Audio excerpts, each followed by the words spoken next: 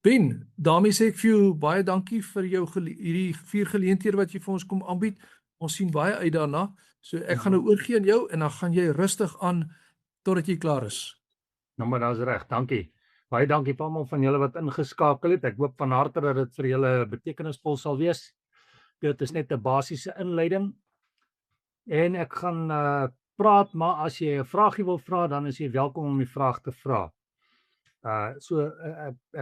Hierdie hele temaatjie is, wat is narratiewe terapie? En miskien moet ek daarmee begin, jy dit net so 'n bietjie te vergelyk met wat nie narratiewe terapie is nie. Kom ons vat nou maar byvoorbeeld die sielkunde. Sielkunde werk met 'n diagnostiese model.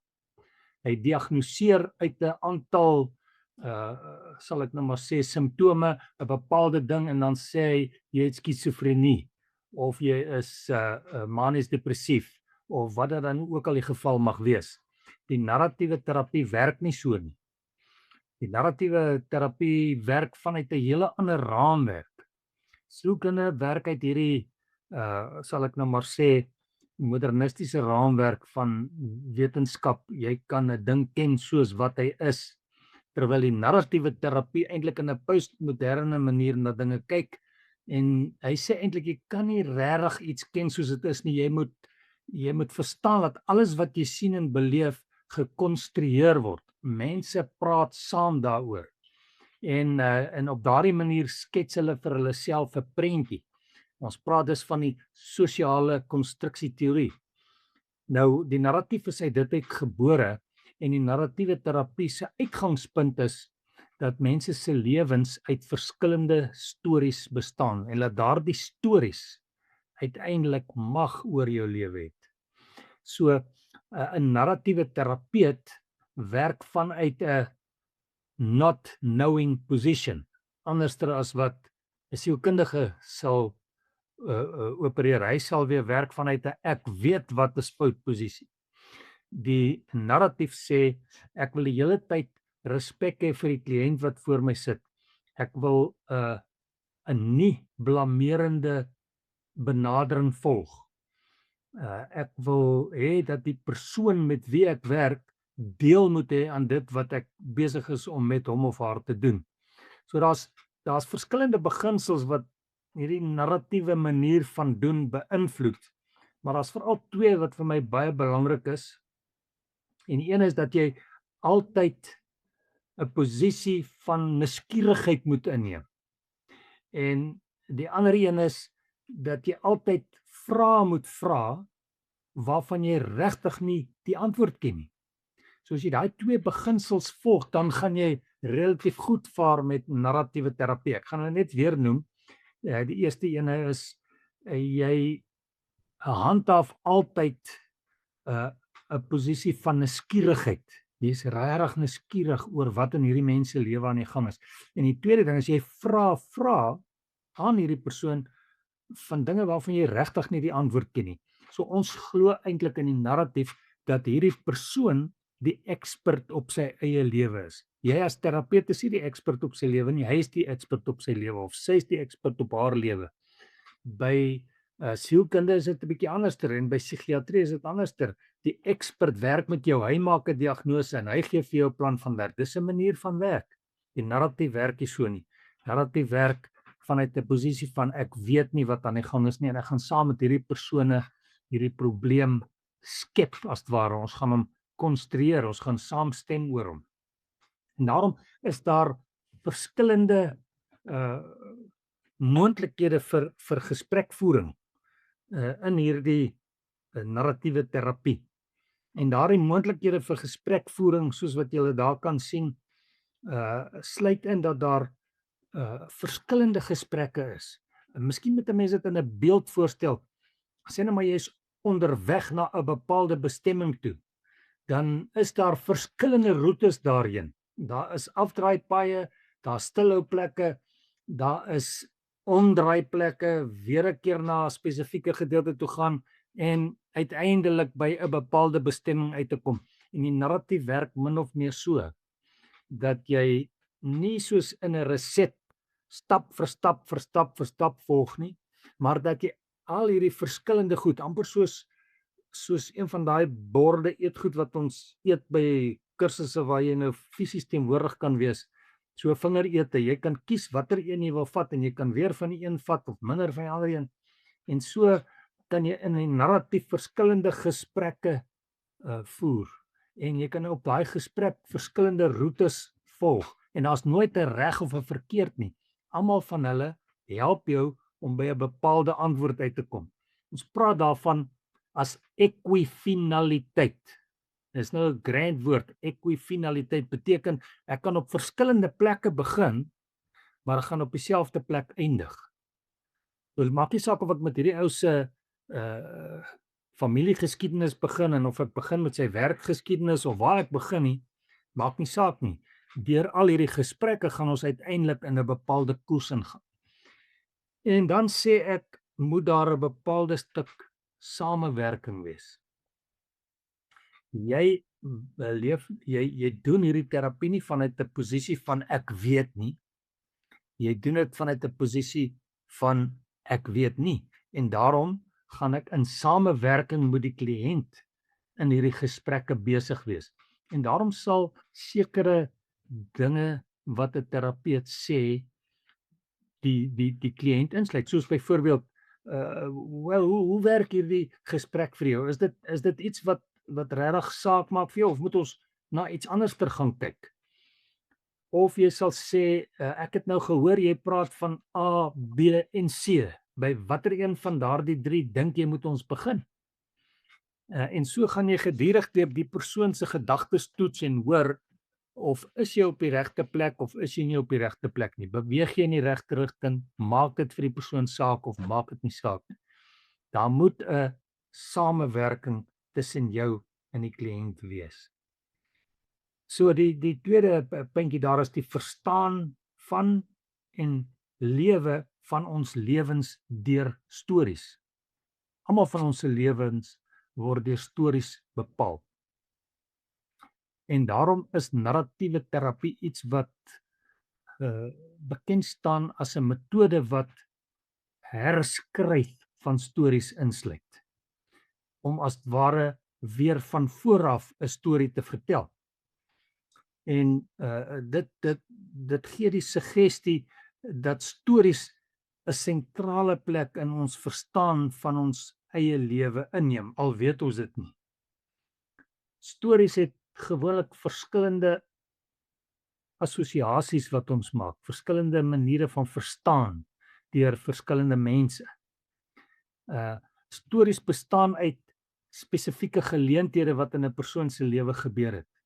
Hierdie geleenthede word dikwels in 'n spesifieke volgorde saamgekoppel oor verloop van tyd. Daar is 'n baie spesifieke stel wat jy hierdeur wil bereik. Kom ek noem 'n stel, of in Engels praat hulle van 'n plot. As ek byvoorbeeld die voorbeeld kan gebruik van myself as 'n bestuurder, en ons gaan net maar weer daarby uitkom, dan is die plot, ek is 'n goeie bestuurder of ek is 'n slegte bestuurder. Dit is die setting, die plot waar volgens jy gaan. So ek sê weer, stories in mense se lewens bestaan uit gebeurtenisse in hulle lewe wat aan mekaar gebind word in volgorde oor verloop van tyd na aanleiding van 'n sekere plot. So ons is gedurig besig om te interpreteer. Dwarsteer ons lewe interpreteer ons interpreteer kultuur, ons interpreteer godsdienst, ons interpreteer familie, ons interpreteer 'n hele klomp stories in ons eie lewe. En hierdie stories gee betekenis aan ons belewennisse en aan ons lewens. 'n Storie is soos 'n goue draadjie wat dwarsteer ons lewe loop en wat dan nou op verskillende plekke aan verskillende dinge vasgemaak word. As ons dit so sien, dat stories eintlik maar net 'n samestelling van 'n hoeveelheid gebeurtenisse in my lewe is, spreek dit van self dat jy ander gebeurtenisse ook kan raak sien. Ek byvoorbeeld, as iemand 40 jaar oud is en ek vra hom om sy lewensverhaal vir my te vertel en hy moet niks uitlaat nie, sal dit hom 40 jaar vat om daardie verhaal te vertel. Maar nou vra ek vir hom, vertel vir my jou lewensverhaal en dan gebruik hy 15 minute om dit te vertel. Watter 15 minute lig hy uit? So kan ek byvoorbeeld my verhaal as 'n bestuurder oor my bestuursvernuf kan ek vertel. Miskien gaan ek myself so 'n bietjie te nakom daar. Ek en Shamaine is getroud in 1982 en daai selfde Saterdag waarop ek getroud is, verdwaal ek in my peetjie en ek kom nie by die plek uit waar ek moet uitkom vir daai aand nie. Ons is die oggend 11:00 getroud. Ek kom eers die aand 11:00 by 'n plek uit wat my 4 ure moes gevat het om tot daar te kom.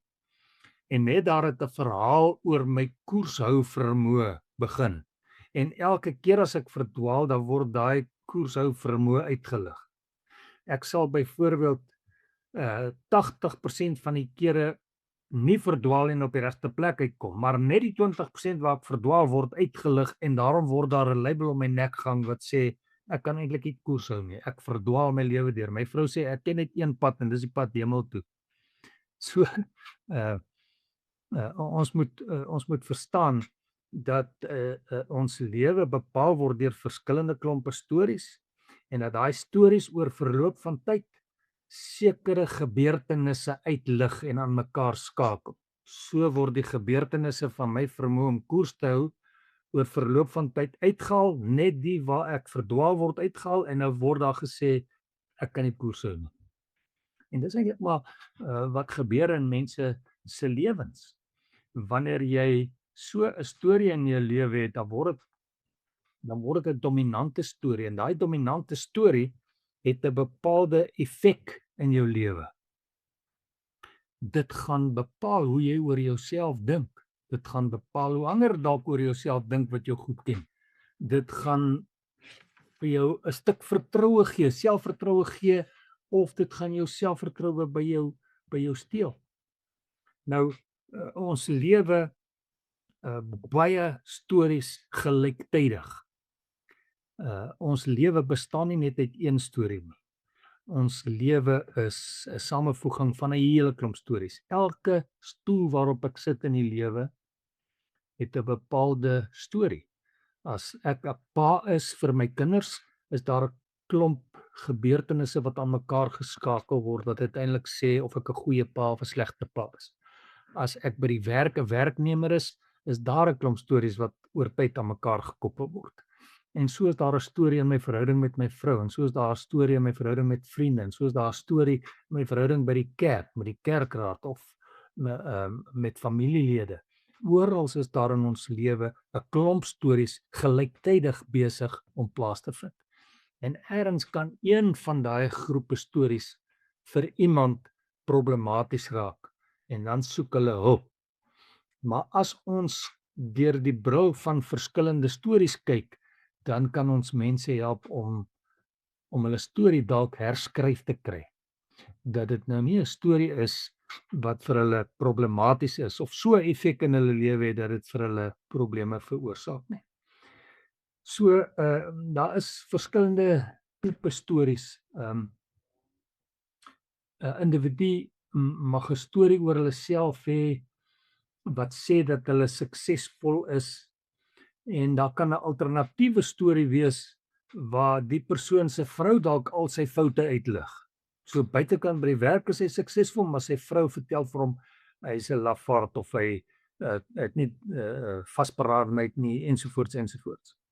So 'n mens moet baie mooi uitpleis tussen die stories deur wat is nou eintlik aan die gang. En gewoonlik help dit jou om te dink in terme van prosesse. Jy staan so 'n bietjie terug as hierdie persoon die verhaal vertel en jy kyk na die prosesse. Ek gaan julle net een voorbeeld noem. Sê net maar 'n man en 'n vrou beklei kort. Hulle beklei dat die besies bewe. En nou wanneer hulle by jou kom praat, vra jy vir hulle moet hulle self indink in 'n situasie waarin hulle deur die venster na hulle self staan en kyk wanneer hulle beklei. So die man kyk deur die venster en hy sien raak hoe praat hy met sy vrou en die vrou kyk deur die venster en sy sien raak hoe sy optree teenoor haar man. En as hulle op daardie manier na die ding kyk, dan maak dit hulle oë oop. En dit help hulle om raak te sien wat is dit wat aan die gebeur is. daar is goeters wat herhaaldelik gebeur. Elke keer sal die vrou byvoorbeeld op haar man skree of elke keer sal die man dalk aan sy vrou stamp. Dis 'n herhalende patroon. Jy soek sulke patrone om dit raak te sien. Daar's ander stories wat ook meepraat in die breër konteks van ons lewe. Die sosiale konteks waarin ons is, maar ons lewe in 'n Afrikaanse konteks. In Afrikaanse konteks word daar op 'n bepaalde manier gekyk na wat die rol van 'n man is, wat die rol van 'n vrou is, hoe kinders moet optree en so meer. Dis maar net een van daai aspekte. Maar ons is nie net in 'n Afrikaanse kultuur nie, ons is dalk in 'n gereformeerde kerkomgewing ook. En dit bepaal ook hoe ons na dinge kyk en hoe ons sekere goed ervaar. En as ek in daai kerkgemeenskap is en ek sukkel met my huwelik, is dit dalk nie so 'n goeie ding om teenoor ander te erken dat ek sukkel met my huwelik nie, en dan brand ek vas. En gewoonlik as ek dan daardie tipe van verhale oor myself het en uitlig, dan bring dit my in 'n baie skerp noute en ek weet later nie meer wat om te doen of hoe om uit hierdie situasie uit te kom. So, ek praat nou baie en julle luister, maar ek hoor nou niks terug van julle af nie, maar ek wonder of daar iemand is wat dalk op hierdie stadium 'n vraag het wat hulle wil vra. As jy 'n vraag het om te vra, dan moet jy net jou mikrofoon aanskakel en dan vra jy die vraag. Nou kyk, en ek sien nou nie iemand wat 'n vraag wil vra nie, of ek hoor niemand praat nie. OK, dan gaan ek aan. Die derde puntjie daar op die reeks wat ek vir julle daar gegee het is stories in terapeutiese konteks. So as ons dink aan party van die stories wat in die omgewing van terapie ingebring word, dan moet ek sê die mees algemene is dat mense besluit om na 'n terapeut toe te kom omdat hulle een of ander vorm van 'n probleem in hulle lewe beleef. En wanneer hulle dan met die terapeut in sy teenwoordigheid inkom of met haar kom praat, dan sal hulle dikwels begin vertel van baie momente in hulle lewe. Partykeer vertel hulle 'n hele klomp stories wat eintlik nie eens met die probleem te maak het nie, omdat hulle nie lekker weet om aan te gaan nie. So mense moet hulle maar los om eers 'n bietjie te praat en stories te vertel. En tussen al daardie stories moet jy begin om te soek na patrone wat jou kan help. So dan luister jy byvoorbeeld sal as 'n gesinnetjie jou kom sien, sal een sê ja, maar eintlik is ons bekommerd oor ons seun want hy steel goed by die skool. So ons het nou al met hom gepraat en ons het al probeer om hom te help, maar hy gaan maar net aan. Het lyk vir ons asof ons nie regtig iets kan in die hande kry om hom mee te help nie. Nou, in daai storie van die seun wat goeie steel, kom daar uiteindelik 'n ding na vore wat jy kort hoor. So byvoorbeeld sal die ouers sê, ja, dis omdat hy aandag soek. En dan maak hy weer so.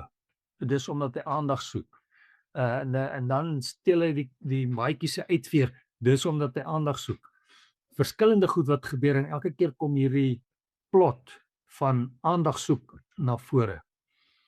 En uiteindelik hoor jy dat die ouers hierdie absolute verstaan van hulle kind het dat hy iemand is wat die hele tyd aandag soek. Nou, as dit is wat jy hoor, dan moet jy vir jouself sê, hulle het dit goed reg gekry om 'n klomp stories oor hierdie seun van hulle oor verloop van tyd aan mekaar te skakel. Elke keer as daar klagte by die skool kom, dan help dit aan hierdie plot van hy is aandagsoekerig. Elke keer as daar ding by die huis gebeur, dan hak hulle dit daaraan. Hulle kyk nie na sy ander manier van optrede of enigiets van daai aard en uiteindelik loop hy dan met hierdie label om sy nek dat hy 'n aandagsoeker is. En ons praat daarvan as eilbeskrywings. Dis 'n eilbeskrywing van sy lewe.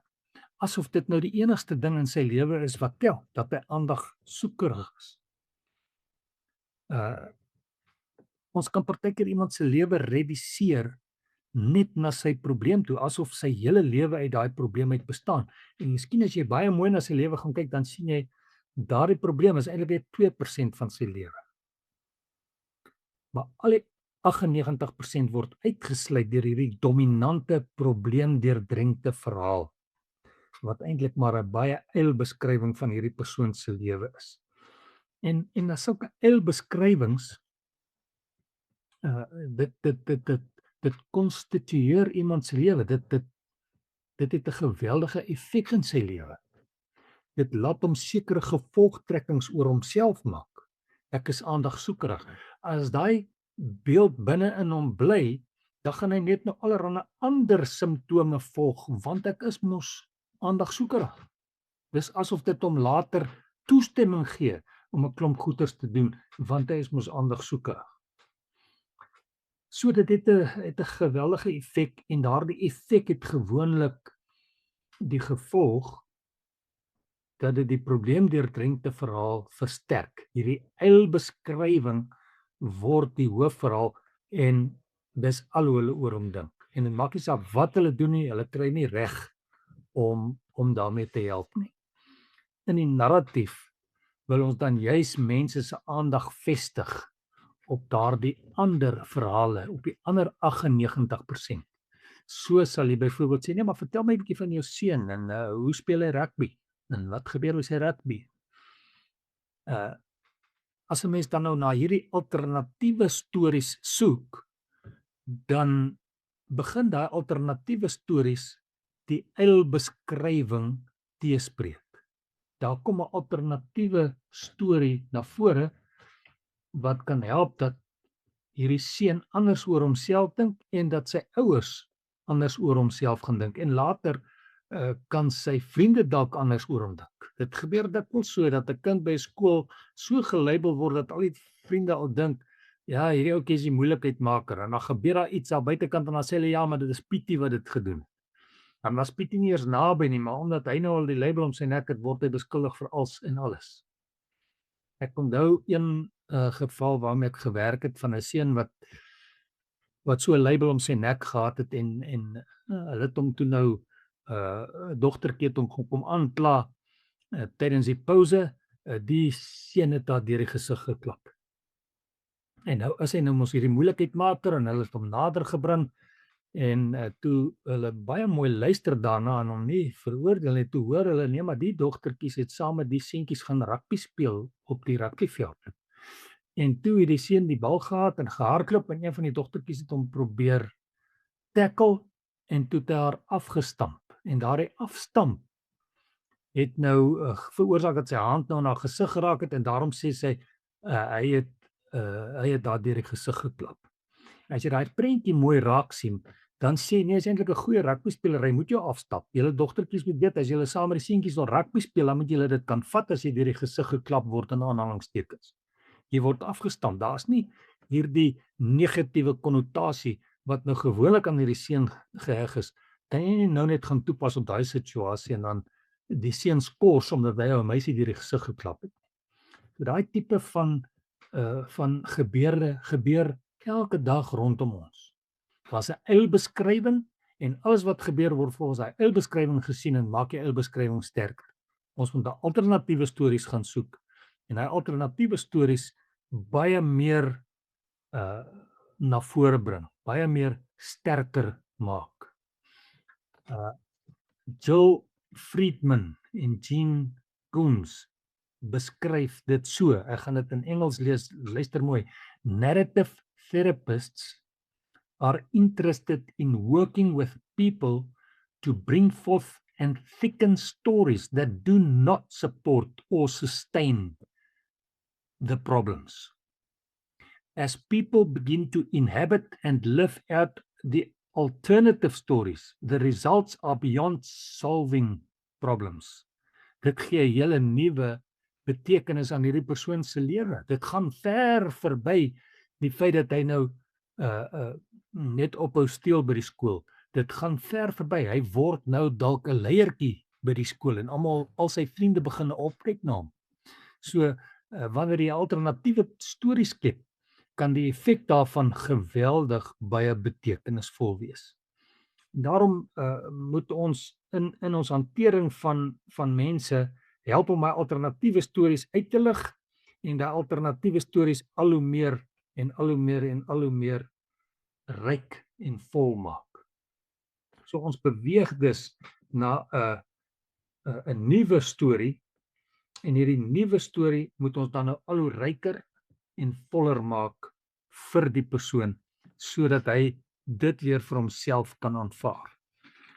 Eintlik is dit basies maar die proses wat in 'n narratiewe terapie aan die gang is. So hier kom mense na jou toe, jy luister na hulle verhale, jy hoor dat daar 'n spesifieke ding is wat herhalend voorkom, dis deel van die probleem, jy vra in daarop, hulle begin daai probleem beskryf, jy kom agter dat daar verskillende gebeurtenisse is wat oor tyd aan mekaar geheg word en wat dan nou hierdie spesifieke plot uitwys vir jou.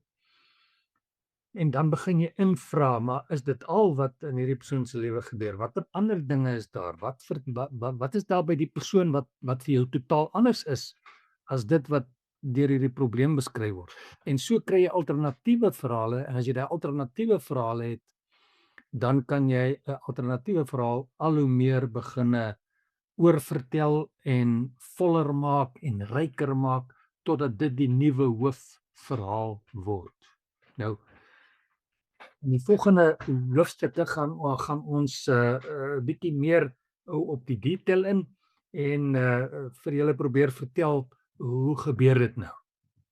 So hulle kom aan by jou en hulle vertel hierdie ding en een van die uitgangspunte wat ons in die narratiewe terapie het is die persoon is die persoon, die probleem is die probleem, die persoon is nie die probleem nie. Okay, kom ek vertaal dit deur my naam te gebruik. Ben is Ben, die probleem is die probleem, Ben is nie die probleem nie. Net daai uitgangspunt veroorsaak al klaar 'n geweldige verskil in mense se lewens. Dink jouself in 'n situasie waar daar 'n man en 'n vrou kom, hulle sit met huweliksprobleme, al wat jy hoor is hy sê, ja, maar jy maak so en so en jy maak so en dan sê die man weer, ja, maar jy maak so en so en jy maak so en so. Dis asof hulle daai probleem vat en binne in die persoon insit en dan word die persoon die probleem. As jy die probleem uit die pad uit wil hê, moet jy die persoon uit die pad uitvat. Dis waarop dit neerkom. So in die narratiewe terapie wil jy eintlik vanuit hierdie uitgangspunt werk wat sê die persoon is die persoon, die probleem is die probleem, die persoon is nie die probleem nie. En is baie belangrik dat as jy die persoon wat as die probleem geag word voor jou het, dat daardie persoon dit ook insien. Jy wil nie hê dat hy enigsins van vandag af verder aan homself moet dink as die probleem. Hy kan aan homself dink as iemand wat 'n probleem het. Nou om dit reg te kry, praat ons van eksternalisering. Jy haal die probleem uit die persoon uit en jy sit hom een kant neer. Nou gewoonlik moet 'n mens vir jouself dan begin agterkom waaruit bestaan hierdie probleem. Nou dis nie so belangrik vir my dat jy presies moet verstaan waaruit die probleem alles bestaan. Jy hoef nie al die stories te hoor wat die probleem bevestig nie. Wat jy uiteindelik moet verstaan is dat hierdie probleem 'n lewe van sy eie kry. Hy kry 'n lewe van sy eie. En as hy 'n lewe van sy eie kry, dan het hy 'n bepaalde invloed in daai persoon se lewe. So as ek dan nou hierdie probleem uitgehaal het, ons praat daarvan as eksternaliseer, jy haal hom uit die persoon uit, jy sit hom daar neer en nou begin jy nuuskierig raak by die persone wat by jou in terapie is en jy vra vir hulle, wat se naam sal julle hierdie probleem wil gee? Laat hulle 'n naam kies wat vir hulle sin maak. Want as hulle 'n naam kies wat vir hulle sin maak, dan gaan ek hulle help om die probleem te hanteer. Ek gaan maar net terwille van hierdie gesprek 'n voorbeeld vat. Kom ek sê, hulle sê daar is 'n probleem in ons lewe en ek kan nou die probleem uithaal. Wat wil julle die probleem noem? Kom ek vat nou hierdie voorbeeld van 'n huwelik. En dan sê hulle nee, daai probleem is soos 'n monster. Dan sê ek alraai, so ons wil sê die probleem is 'n monster. En dan begin ek in daai metafoor inklim en ek begin van die monster praat. En ek begin vir hierdie monster bepaalde eienskappe gee. Eienskappe wat gewoonlik by 'n mens sal deel van 'n mens wees. Met ander woorde, hy kan praat, hy kan redeneer, hy kan oortuig, hy kan vir jou lieg, hy kan dit, hy kan dat, hy kan allerlei dinge doen soos wat 'n mens kan doen. Jy eksternaliseer hom deur hom 'n naam te gee. Nou begin ek sê, ja, maar wat doen hierdie monster? Hoe wil hierdie monster nou in julle lewe inwerk? En as jy die probleme 'n naam gee, dan is jy halfpad daar.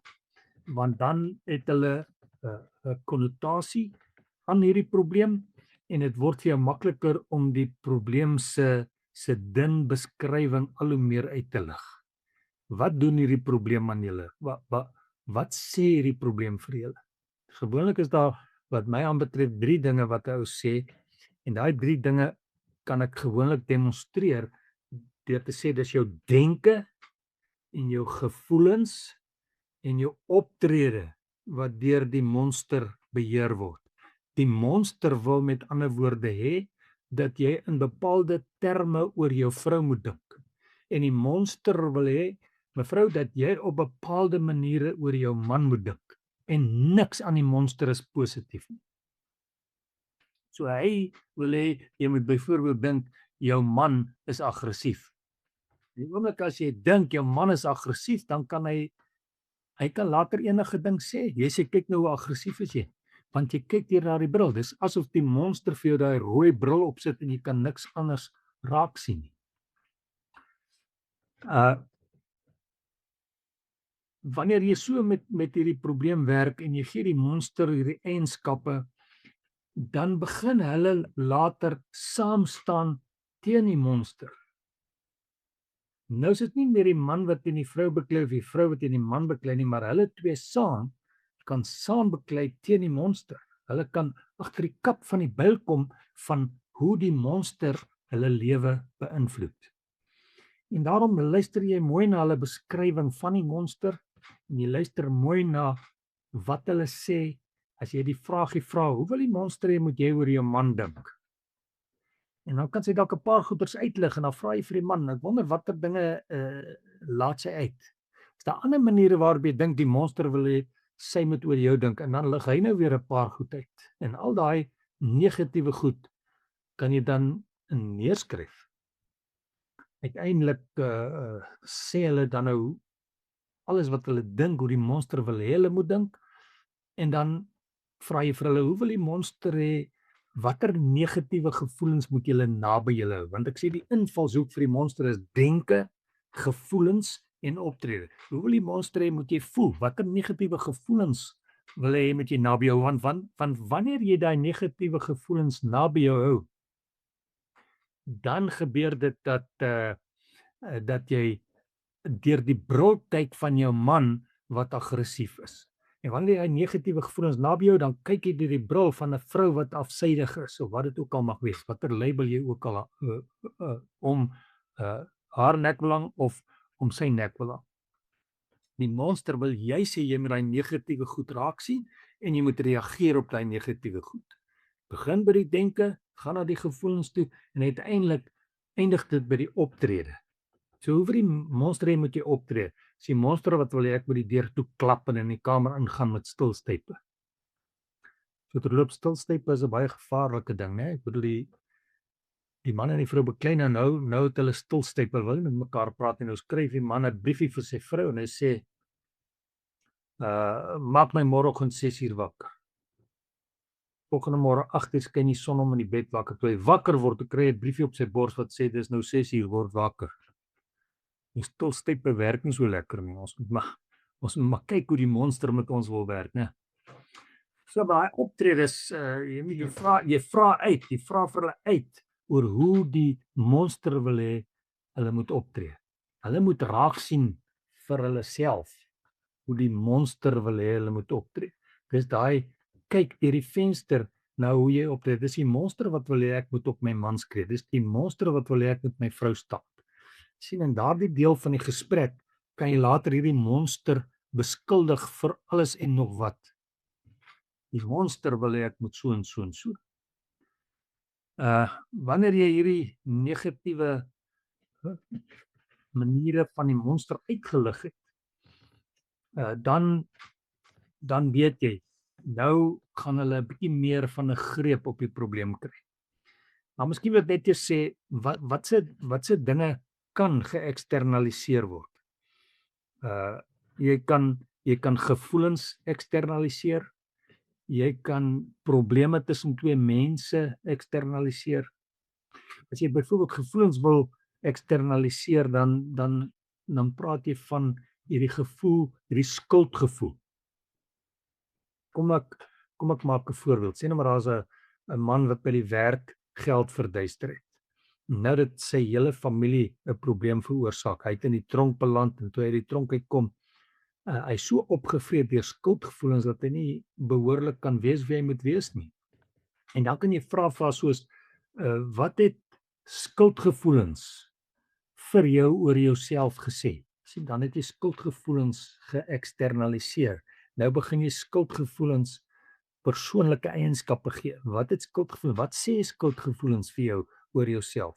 Hoe wil skuldgevoelens sê moet jy teenoor jou vrou optree? Hoe wil skuldgevoelens sê moet jy teenoor jou kinders optree? Wat maak skuldgevoelens aan hoe jy oor jouself dink by jou werk en so meer? So jy eksternaliseer. Jy kan ook probleme tussen mense eksternaliseer. Sê nou maar jy praat met hulle en jy sê die ding wat ek die meeste onder julle hoor is dat julle oggend, middag en aand beklei. So nou eksternaliseer jy hierdie bekleierery. En dan vra jy byvoorbeeld, wat het hierdie bekleierery? Wat is hy besig om vir jou te sê oor hoe jy moet dink oor jou vrou? Wat het hierdie bekleierery, wat sê dit vir jou oor hoe jy moet voel oor jou man? Wat 'n optrede moet jy hê? Wat wil die bekleierery hê? Wat 'n optrede moet jy hê? Nee, die bekleierery wil hê ek moet die koppie stukkend gooi. Dis wat die bekleierery wil hê. Sien, op daardie manier, wanneer jy 'n ding geëksternaliseer het, dan vat jy dit so 'n bietjie weg van die persoon af en dit raak vir hulle makliker om daaroor te praat. Jy kan ook kulturele of sosiale dinge eksternaliseer. Hoe gebeur dit gewoonlik in julle kultuur? Hoe gebeur dit gewoonlik by julle kerk? Jy kan enige ding eksternaliseer. As jy agterkom dat dit deel van die patroon is wat hulle kort herhaal. Ja, maar dit is eintlik by die kerk wat hulle vir ons so sê en dan kan jy dit eksternaliseer. Dit begin persoonlike eienskappe gee en dan begin 'n plot hoe hierdie gebeurtenisse by die kerk hierdie mense se lewens bepaal. Hoe dit hulle oor hulle self laat dink, hoe dit hulle laat voel, watter optredes kom daar by hulle los. Daai 3 goed van denke, gevoelens, optrede kan oral ter sprake kom. Daar kan natuurlik meer as een probleem op 'n slag wees.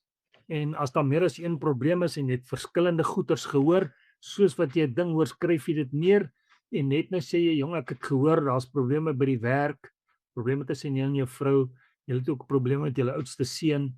Watter een van hierdie 3 moet ons eers oor praat? Sodat hulle dit kies, want hulle is die ekspert in hulle lewe. Hulle weet watter ene op daardie stadium vir hulle die grootste uitdaging is. En dan is dit die een waar jy gaan begin. Onthou van ekwifinaliteit. Maak nie saak waar jy begin nie, jou eindpunt gaan dieselfde wees. Jy wil by 'n punt kom waar hulle in staat gestel word om die probleme in hulle lewe op 'n positiewe manier aangespreek te kry. So 'n mens moet altyd ook die breër konteks baie mooi verreken. Jy kan nie maar net aan hulle in hulle eie gesinnetjie dink nie. Mens moet maar ook vra van hoe gaan dit by die werk? Hoe dink julle familie daaroor? Want wanneer jy daardie konteks verbreed en vergroot, dan stel dit jou in staat om ander patrone raak te sien wat jy andersins nie sou raak sien. Ek gaan vir julle 'n voorbeeld gee. Ek het by geleentheid met 'n familie gewerk waarin die seentjie wat wat 10 jaar oud is, begin het om 'n gedrog te sien. En hy het gesê hierdie gedrog wil hom doodmaak. Die familie het later het hulle hulle het gedink dit is tipies iets soos black magic onder die swart mense en hulle het die kind na 'n toerdokter toe gevat om te kyk of hulle nie ontslae kan raak van die ding. Dit het toe nog nie gewerk nie. Uiteindelik het hulle na my toe gekom en ek het probeer agterkom ja, daar moet iets wees dat die kind pla en ek het ingevra oor wat gaan by die skool. Ek het getoets of daar nie 'n boei by die skool is nie of daar nie dalk 'n meneer of 'n juffrou is wat 'n probleem kan wees. En so toets 'n mens oralster in verskillende verhale in. Hy was nommer 3 van 4 kinders. Hy het 'n suster gehad wat 17 is, 'n boetie wat 15 is. Hy self was 10 jaar oud en dan het hy 'n boetie gehad wat 7 jaar oud is. En toe ek na 'n paar gesprekke nie kan agterkom wat aan die gang is nie, toe probeer ek daai konteks vergroot en ek vra vir hulle wie bly almal by julle in die huis? Nee, dis hulle wat daar bly en die ma en die kinders was altyd by my. Die pa bly ook daar en ouma bly ook daar. En toe trek ek die pa en die ouma in die gesprekke en ek hoor toe hulle het getrek van een dorp af na 'n ander dorp toe. En die huis waarin hulle nou bly is groter as die huis waarin hulle gebly het in die vorige dorp. Maar hierdie twee seentjies, die jongste twee, het by hulle ouma in die kamer groot geword. Hulle het saam met die ouma op die bed geslaap. En toe hulle nou in die groter huis intrek, toe moet daai boetiekie van 10 jaar oud saam met sy ouer boetie in een kamer bly, maar die kleiner seentjie, die 7-jarige een kon nog steeds by die ouma in die kamer wees. En dit het daai seentjie so verwerp laat voel dat as hy in die bed klim, dan dink hy sy asem trek toe, daar moet iets wees wat hom wil vat. En toe ek nou vir die gesin sê, ek dink wat hulle moet doen is, hulle moet die 3 seuns, al 3 in een kamer laat bly en dan moet hulle nou maar vir daai kamer 'n naam gee vir die seuns en al die meisies moet uitbly, daai tipe van storieetjies. En toe hy dit gedoen het en hy voel weer tuis en hy voel hy behoort en hy kan nog altyd na sy ouma toe gaan en haar drukkies en goed gee, toe verdwyn hierdie monstertjie. So 'n mens moet die konteks groter maak as jy in die nouer konteks nie regtig kan raak sien wat die probleem is nie. Ons moet sorg dra om die groter, breër konteks te verreken wanneer ons vra oor watter stories 'n rol speel in mense se lewens. So, as ek nou vra waarom kies ons om eksternaliserende gesprekke te gebruik? Hoekom kies ons dit? Want dit stel ons in staat om die probleem van die persoon te skei. Dit het ek nou al reeds gesê, maar dit is belangrik om daai beginsel te snap. Die persoon is nie die probleem nie, hy het 'n probleem. En dit stel ons in staat om die mense met ander oë na hulle eie situasie te laat kyk, met ander oë na hulle self te laat kyk en met ander oë te laat kyk na wat hulle aan hierdie saak kan doen. 'n Mens sal sê dat eksternalisering help jou om labels 'n streep deur te trek. Daardie kan ek nou amper sê labels ontmagtig mense. Dit vat vermoëns by hulle weg. Hulle is nie in staat om self iets te kan doen nie, want ek is mos nou aggressief. Ek mag nie eintlik iets sê nie. Ek moet nou in my spoortrappers weet nie eens meer wanneer ek reg optree en wanneer ek nie reg optree nie. So daai labels ontmagtige mense. Dit vat mag by jou weg. Goeie positiewe mag vat dit by jou weg. En as jy dit eksternaliseer, dan help jy die persoon om weer in beheer van homself te kom. Die oomblik as 'n persoon losgemaak word van die probleem, dan kan hulle weer oor hulle self begin praat en hoe hulle self deur die probleem geaffekteer word. En dit help hulle om op 'n nuwe manier na die probleem te kyk en op 'n nuwe manier na ander persone in die gesin te kyk, op 'n ander manier na my man of my vrou te kyk.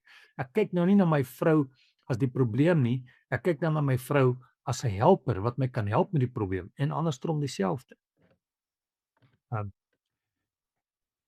Dit help, hierdie eksternaliserende gesprekke help om die onproduktiwiteit van die konflik uit die pad uit te vat, sodat mense meer produktief aan die probleem kan begin werk. Want as hulle die hele tyd die probleem binne in die persoon sit, beklei hulle net die hele tyd mekaar. Die probleem word nooit opgelos nie. Samewerking word 'n moontlikheid wanneer die probleem geëksternaliseer is. En deur eksternalisering kan jy natuurlik hierdie probleem persoonlike eienskappe gee. Jy kan praat van die probleem wat jy uitoorlê. Jy kan praat van die probleem se taktiek. Jy kan praat van die probleem met 'n spesifieke manier hoe hy optree. Jy kan op verskillende maniere oor hierdie probleem praat. Wat is sy stem? Wat is die toon wat hy gebruik?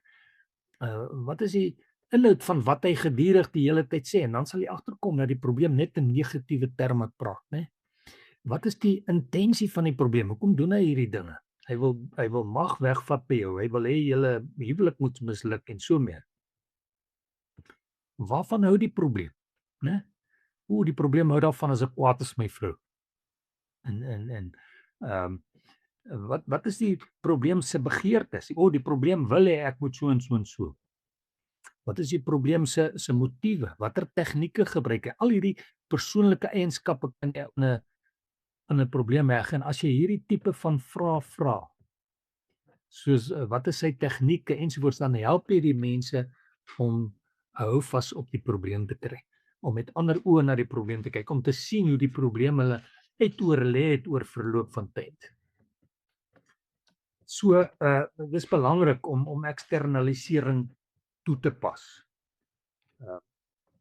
Die mense kom in beheer van hulle self en hulle kom agter dat hulle eintlik in 'n verhouding met hierdie probleem staan.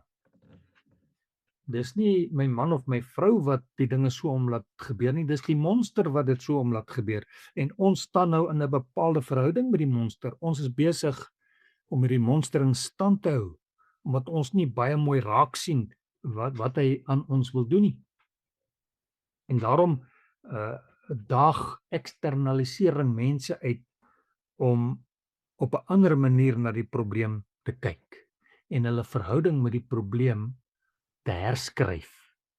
Waar ek vroeër die probleem aangehelp het, kan ek nou stappe neem om die probleem uit die pad uit te kry. Waar ek vroeër dit reg gekry het om die probleem te voer, kan ek nou die probleem se kos wegvat.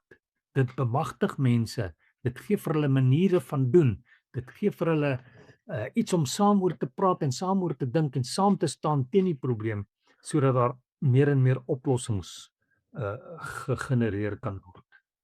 So, wanneer ek sê die persoon staan in 'n verhouding met die probleem, dan gaan 'n mens woorde gebruik soos julle het eintlik maar 'n baie suur verhouding met mekaar. Julle het 'n baie 'n verhouding vol konflik met mekaar. En daar is 'n liefde-haat verhouding tussen jou en hierdie probleem. Daar's 'n vriend-vyand verhouding. Partykeer dink jy help jou, ander kere weet jy help jou nie. So jy sien 'n klomp goed raak wat jy andersins nooit sou raak sien nie. Dit is my ook belangrik om te help om vir julle te sê wat is die verskil tussen internaliseringsgesprekke en eksternaliseringsgesprekke. Die internaliseringsgesprekke, dis waar jy die probleem binne in die persoon sit en hom daar hou. Met ander woorde, jy sien die persoon as die probleem. In 'n eksternaliserende gesprek sien jy die probleem as die probleem. By internaliserende gesprekke lê die probleem binne in die persoon. Maar as jy van die probleem praat as buitekant die persoon, dan skep dit 'n spasie waarin 'n mens gesprek kan voer oor die persoon se verhouding met die probleem. In internaliserende gesprekke sal jy kyk wat is verkeerd met die persoon of wat is die defek by die persoon. Maar by eksternaliserende gesprekke gaan jy die probleem identifiseer in 'n konteks wat buitekant die persoon en hulle eie identiteit is. So hulle gaan nie meer in negatiewe terme oor hulle self dink nie, hulle gaan strategie begin bedink om teen die probleem op te tree en nie ontmagtig voel omdat hulle nou die hele tyd aggressief is byvoorbeeld nie. Jy sien aksies by 'n internaliserende gesprek, sien jy aksies eintlik as 'n manifestering van die probleem binne in die persoon self. Vir my is dit dis eintlik baie beperkende dinge om 'n probleem binne in die persoon te sien. Jy soek die opinie van ander om daai persoon se optrede te beskryf. Jy wil deur hulle oë kyk na die negatiewe goed wat by die persoon gebeur. Maar by eksternaliserende gesprekke nooi jy eintlik mense uit om hulle eie betekenis aan sekere goeters te heg en aan sekere gebeure te heg. En nou heg hulle dit aan 'n bepaalde gebeurtenis en nie aan die persoon nie. So internaliserende gesprekke lei tot hierdie afleidings en gevolgtrekkings. Ek kan nie anders as om te dink dat jy 'n bombastiese buffel is nie. Maar eksternaliserende gesprekke lei daartoe dat jy hele klomp ander goed van die persoon uitlig sodat dit na 'n baie ryk beskrywing van hierdie persoon se lewe kan lei en mense kan help om op 'n ander manier in verhouding met hierdie persoon te staan. So internaliserende gesprekke ondersoek jy die interne invloede binne in 'n persoon wat dan nou die hulp by jou soek. Wat is intern aan die gang? Wat se interne gesprekke en goeters is daar? Maar by eksternaliserende gesprekke help dit jou om hierdie monster te ondersoek en van verskillende kante af te bekyk. En dit het 'n bepaalde invloed in die lewe van die mense wat die hulp kom soek. So dit is nie 'n beperkende invloed van 'n label wat om sy nek gehang word nie. Dis 'n bevrydende invloed wat hom in staat stel om die probleem gehanteer te kry.